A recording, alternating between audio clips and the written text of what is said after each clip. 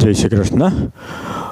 છેલ્લા લેક્ચરમાં આપણે આલ્કેનની રાસાયણિક પ્રક્રિયાઓમાં આલ્કેનની વિસ્થાપન પ્રક્રિયાનો અભ્યાસ કરેલો, જેવી કે હેલોજિનેશન, નાઇટ્રેશન, સલ્ફોનેશન. આ પ્રક્રિયા આપણે ગઈકાલે ભણેલા. આજે ત્યાંથી અભ્યાસને આગળ વધારીએ તો આજે આપણે આલ્કેનની દહન પ્રક્રિયા, જેમાં સંપૂર્ણ ઓક્સિડેશન, અપૂર્ણ ઓક્સિડેશન અને નિયંત્રિત ઓક્સિડેશન અથવા ઉદ્દીપકીય ઓક્સિડેશન ભણશું. સમઘટકીકરણ, ચક્રીયકરણ અને આલ્કેનનું ઉષ્મીય વિભંજનનો અભ્યાસ કરીશું. તો દહન પ્રક્રિયાથી આજના લેક્ચરનું સ્ટાર્ટિંગ કરીએ. તો આલ્કેન સંયોજનોનો મિત્રો ઉપયોગ બળતણ તરીકે થાય છે. એલપીજી, સીએનજી વગેરેમાં આલ્કેન સંયોજનો ખૂબ જ ઉપયોગી છે. તો પ્રશ્ન આપણને થાય કે શા માટે બળતણ તરીકે ઉપયોગી છે?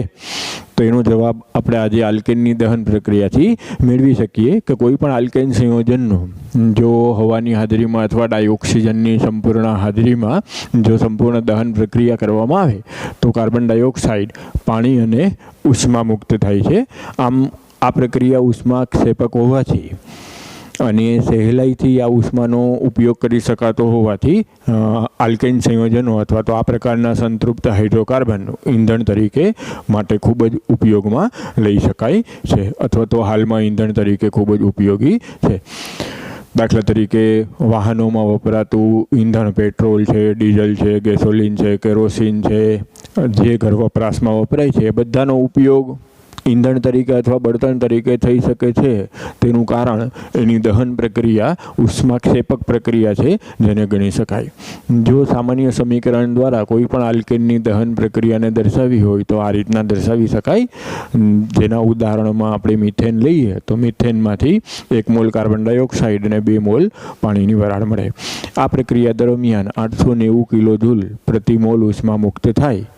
આમ પ્રક્રિયા ઉષ્માક્ષેપક હોવાથી, આ ઉષ્મા મુક્ત થતી હોવાથી આપણે મિથેનનો ઉપયોગ ગોબર ગેસ તરીકે, ઈંધણ તરીકે કરતા હોઈએ. આવી જ રીતના જો બ્યુટેનનું દહન કરીએ તો 2875.84 કિલો જૂલ, એટલે કે આશરે 2876 કિલો જૂલ પ્રતિ મોલ ઉષ્મા ઉત્પન્ન થાય. પરિણામે એલપીજીમાં વગેરેમાં લિક્વિફાઈડ પેટ્રોલિયમ ગેસ તરીકે, પ્રવાહીકૃત પેટ્રોલિયમ વાયુ તરીકે બ્યુટેનનો ઉપયોગ મહત્તમ કરવામાં આવે. તો આ તમે ધોરણ 10માં પણ આગળ ભણી ગયા હતા, એનું પુનરાવર્તન છે. કારણ તમને પૂછી શકે કે શા માટે આલ્કેન સંયોજનોનો ઉપયોગ ઈંધણ તરીકે વધુ થાય છે. તો આ એક માહિતી યાદ રાખવી કે પ્રક્રિયા ઉષ્માક્ષેપક હોવાથી, ઉષ્મા ઉત્પન્ન થતી હોવાથી આલ્કેન સંયોજનોનું દહન પ્રક્રિયા ઉષ્માક્ષેપક હોવાથી તેનો ઉપયોગ બળતણ તરીકે સહેલાઈથી કરી શકાય છે. આ ઉપરાંત કેટલીક વાર જો આલ્કેન સંયોજનોનું અપૂર્ણ ઓક્સિડેશન કરો, દાખલા તરીકે મિથેનનું અપૂર્ણ ઓક્સિડેશન નિયંત્રિત પરિસ્થિતિમાં કરીએ તો અસ્ફટિકમય કાર્બનનું સ્વરૂપ કોક મળે. આ કોકનો ઉપયોગ રિડક્શન કરતા તરીકે ધાતુકર્મ વિધિમાં થઈ શકે, શાહી તરીકે થઈ શકે, પ્રિન્ટરમાં હાલમાં શાહી તરીકે વપરાય, જુદા જુદા બ્લેક કલરના વર્ણકો બનાવવા માટે ઉપયોગ થઈ શકે, પોલિમર પદાર્થોમાં ફિલર તરીકે ઉપયોગ થઈ શકે. આમ જો અપૂર્ણ ઓક્સિડેશન કરવામાં આવે તો અસ્ફટિકમય સ્વરૂપ કોક કાર્બનનું પ્રાપ્ત થાય, જે પણ ઘણા બધા ઉદ્યોગોમાં ઉપયોગી છે. આ જ પ્રમાણે જો ઊંચા દબાણે નિયંત્રિત ઓક્સિજનના પ્રવાહની હાજરીમાં જો આલ્કેન સંયોજનોનું જુદા જુદા ઉદ્દીપકની હાજરીમાં ઓક્સિડેશન કરવામાં આવે, એટલે કે નિયંત્રિત અથવા તો ઉદ્દીપકીય ઓક્સિડેશન કરવામાં આવે તો જુદી જુદી ઘણી બધી નિપજો પ્રાપ્ત કરી શકાય. દાખલા તરીકે મિથેન અને ઓક્સિજનના પ્રમાણને 9:1 પ્રમાણમાં લઈ કોપર ઉદ્દીપકની હાજરીમાં 523 કેલ્વિન તાપમાને અને 100 વાતાવરણ દબાણે જો ગરમ કરવામાં આવે તો એક ઉપયોગી નિપજ મિથેનોલ બને. આ જ મિથેનનું ઓક્સિજનની હાજરીમાં મોલિબ્ડેનમ ઓક્સાઇડ સાથે ગરમ કરવામાં આવે તો મિથેનાલ અને પાણીનું મિશ્રણ મળે. ખૂબ જ વધારે અણુભાર ધરાવતા, લાંબી શૃંખલા ધરાવતા હાઇડ્રોકાર્બનને જો મેંગેનીઝ એસિટેટની હાજરીમાં ઊંચા દબાણે હવા અથવા ઓક્સિજન સાથે 370 થી 430 કેલ્વિન તાપમાને ગરમ કરવામાં આવે તો ફેટી એસિડ, હાઇડ્રોકાર્બનમાંથી ફેટી એસિડ પ્રાપ્ત થાય. એટલે ફેટી એસિડ બનાવવા માટે પણ આ લાંબી શૃંખલાવાળા હાઇડ્રોકાર્બનનો ઉપયોગ કરી અને નિયંત્રિત ઓક્સિડેશન પ્રક્રિયાનો ઉપયોગ કરવામાં આવે. સામાન્ય સંજોગોમાં આલ્કેનનું આલ્કલાઇન કેમિનોફોર જેવા ઓક્સિડેશન કરતાં વડે ઓક્સિડેશન થઈ શકતું નથી. પરંતુ અપવાદરૂપ તૃતીયક હાઇડ્રોજન ધરાવતું કોઈ પણ હાઇડ્રોકાર્બન હોય, દાખલા તરીકે આઇસોબ્યુટેન છે, એનો હાઇડ્રોજન તૃતીયક કહેવાય, તો એમાં 3 મિથાઇલ સમૂહની પ્લસ ધન પ્રેરક અસરને કારણે આ કાર્બન ઉપર ઇલેક્ટ્રોન ડેન્સિટી વધારે હોય, પરિણામે આલ્કલાઇન કેમિનોફોર અપવાદરૂપ તૃતીયક હાઇડ્રોજનનું ઇલેક્ટ્રોનની ઘનતા વધારે હોવાથી સરળતાથી ઓક્સિડેશન કરી શકે અને પરિણામે આવા તૃતીયક હાઇડ્રોજન ધરાવતા હાઇડ્રોકાર્બનનું આલ્કલાઇન કેમિનોફોર વડે ઓક્સિડેશન થઈ આલ્કોહોલ બને. દાખલા તરીકે આઇસોબ્યુટેન લીધેલું હોય તો 2 મિથાઇલ પ્રોપેન 2 અથવા તો તૃતીયક બ્યુટાઇલ આલ્કોહોલ નિપજ તરીકે મળે. તો આ પ્રક્રિયા છે એ મિત્રો નીટ અને JEE માટે સ્પર્ધાત્મક પરીક્ષા માટે એક વખત યાદ રાખવી કે તૃતીયક હાઇડ્રોજનનું આલ્કલાઇન કેમિનોફોર વડે ઓક્સિડેશન કરી તૃતીયક આલ્કોહોલમાં રૂપાંતર કરી શકાય છે. આ પ્રક્રિયા પ્રાથમિક અને દ્વિતીયક હાઇડ્રોજન સાથે થતી નથી. જો કારણ પૂછે કે શું કામે તૃતીયક હાઇડ્રોજનનું આલ્કોહોલમાં રૂપાંતર થઈ શકે ઓક્સિડેશન દ્વારા, તો એનું કારણ ધન પ્રેરક અસર આપી શકાય કે 3 મિથાઇલ સમૂહ હોવાથી ધન પ્રેરક અસરને કારણે તૃતીય કાર્બન પર ઇલેક્ટ્રોનની ડેન્સિટી વધારે હોય ને પરિણામે એનું ઓક્સિડેશન સરળતાથી થઈ શકે. આ જ પ્રમાણે જો મિથેનની પાણીની વરાળ સાથે નિકલ ઉદ્દીપકની હાજરીમાં ખૂબ ઊંચા તાપમાને પ્રક્રિયા કરીએ તો કાર્બન મોનોક્સાઇડ અને હાઇડ્રોજનનું મિશ્રણ મળે, જેને જળવાયુ અથવા તો સંશ્લેષિત વાયુ કહેવાય. જે પણ ઘણા બધા સંયોજનો બનાવવા માટે અગત્યનું રો મટીરિયલ છે. ઉપરાંત ડાયહાઇડ્રોજન વાયુનું ઔદ્યોગિક ઉત્પાદન પણ આ મેથડથી કરવામાં આવે, જેને આપ હાઇડ્રોજન આગળ ધોરણ 11માં હાઇડ્રોજન પ્રકરણમાં આગળ અભ્યાસ કરી ગયા છો.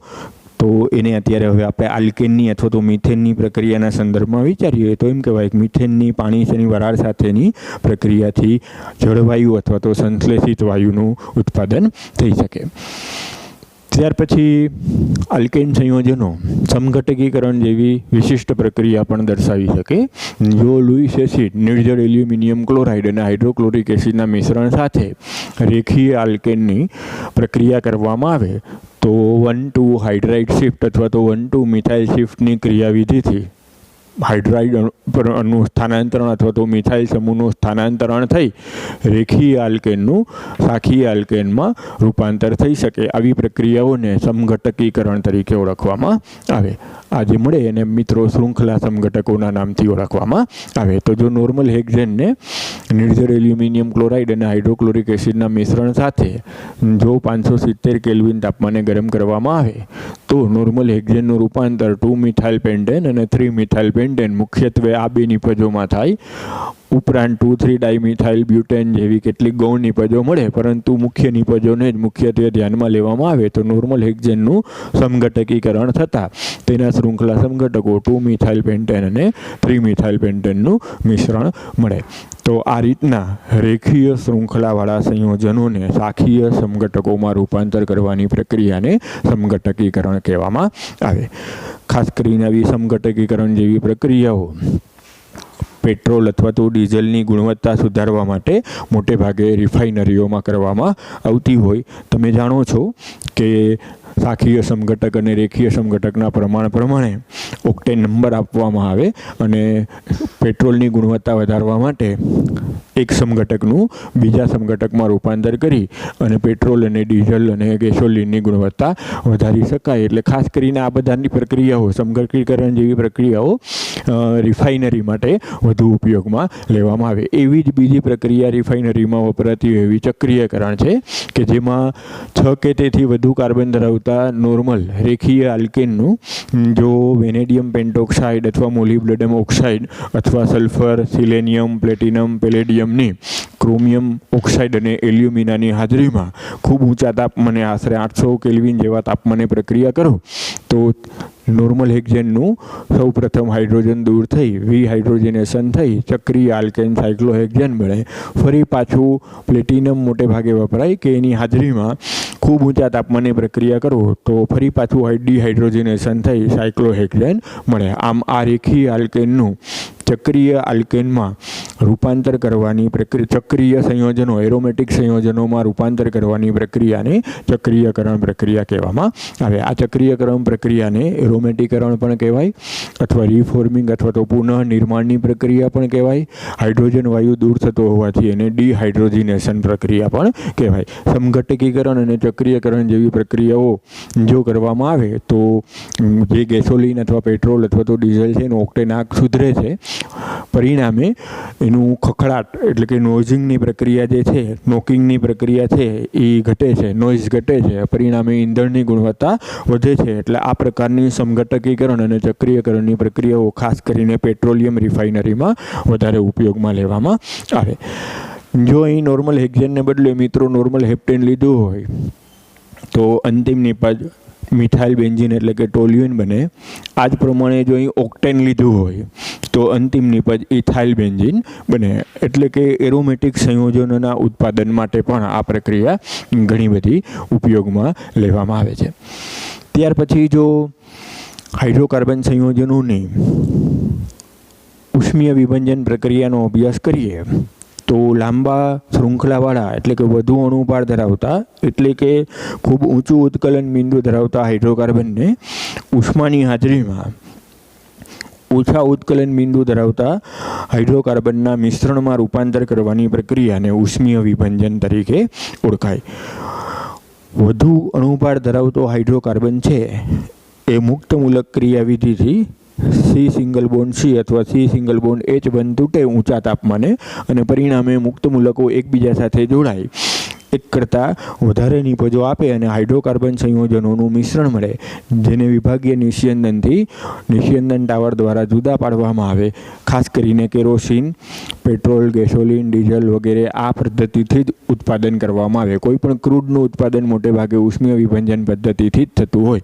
તો આ પદ્ધતિનો સિદ્ધાંત એ છે કે ઉષ્માની હાજરીમાં લાંબી શૃંખલાવાળા વધુ અણુભાર ધરાવતા એટલે કે વધુ ઉત્કલન બિંદુ ધરાવતા હાઇડ્રોકાર્બનને ઉષ્માની હાજરીમાં મુક્તમૂલક ક્રિયાવિધિથી વિખંડન કરી અને મળતી નિપજો એકઠી કરી લેવામાં આવે તો અનેક હાઇડ્રોકાર્બનનું મિશ્રણ મળે. આ હાઇડ્રોકાર્બનના મિશ્રણનો ઉપયોગ જુદા જુદા મેં તમને આગળ જણાવ્યું એમ કે ક્રૂડમાં રિફાઇનરીમાં કરવામાં આવે. દાખલા તરીકે ડેકેન છે, ડેકેનનું 770 કેલ્વિન તાપમાને ઉષ્મીય વિભંજન કરવામાં આવે તો હેપ્ટેન અને પ્રોપીન, હેક્ઝેન અને બ્યુટીન, પેન્ટેન અને પેન્ટીન, બ્યુટેન અને હેક્ઝીન આમ અસંખ્ય નિપજોનું મિશ્રણ મળે.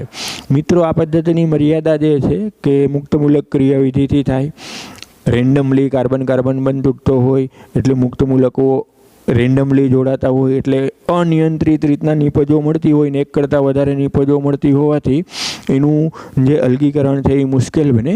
એટલે મોટે ભાગે આ ઉષ્મીય વિભંજનને બદલે અત્યારે હાલમાં ઉદ્દીપકીય ઉષ્મીય વિભંજન પ્રક્રિયાનો ઉપયોગ કરવામાં આવે છે, જેમાં ખાસ કરીને આ પ્રક્રિયા સિલિકા અને એલ્યુમિનાનું 4:1 પ્રમાણ લઈ અને આ પ્રક્રિયા કરવામાં આવે તો પ્રક્રિયા ઉપર થોડું નિયંત્રણ આવે, ઇચ્છિત નિપજો મેળવી શકાય, નિપજોનું પ્રમાણ ઓછું થાય અને સહેલાઈથી વિભાગીય નિસ્યંદન દ્વારા નિપજોને જુદી પાડી શકાય. ખાસ કરીને 85% આખા વિશ્વમાં અત્યારે ગેસોલિન આ ઉષ્મીય ઉદ્દીપકીય વિભંજનથી મેળવવામાં આવે છે. ઉષ્મીય વિભંજન છે એની મર્યાદા એ કે એના ઉપર નિયંત્રણ શક્ય નથી. રેન્ડમલી અવ્યવસ્થિત રીતના પ્રક્રિયા સ્ટાર્ટ થાય, પરિણામે અસંખ્ય નિપજો મળે, જેની સરખામણીએ ઉદ્દીપકીય ઉષ્મીય વિભંજન હાલમાં વધુ વાપરવામાં આવે. અને સૌથી વધારે અત્યારે આ ઉદ્દીપકીય ઉષ્મીય વિભંજનનો ઉપયોગ આલ્કીનની બનાવટ માટે કરવામાં આવે. આલ્કીન સંયોજનો કાર્બનિક રસાયણમાં ઘણા બધા ઉપયોગી સંયોજનો મેળવવા માટે કાચા માલ તરીકે ઉપયોગી છે. એટલે આલ્કીન સંયોજનોનું જો ઔદ્યોગિક ઉત્પાદન કરવું હોય તો હાઇડ્રોકાર્બનના ઉદ્દીપકીય ઉષ્મીય વિભંજન એટલે કે આલ્કેન સંયોજનના ઉષ્મીય ઉદ્દીપકીય વિભંજનથી આ રીતના આલ્કીન સંયોજનોનું ઔદ્યોગિક ઉત્પાદન કરવામાં આવે.